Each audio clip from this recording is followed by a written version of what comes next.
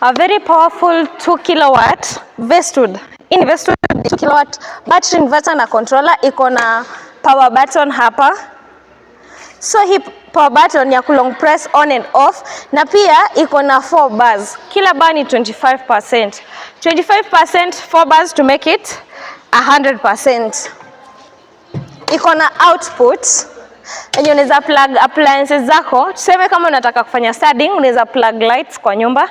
Ukitaka kutumia hapo nje, unaweza tumia kwa security lights, pia unaweza tumia kwa TV, desktop computer, unaweza tumia kwa wifi router, unaweza charge nayo simu, na pia fridge kama uko nayo unaweza tumia fridge na lightings kama kawaida.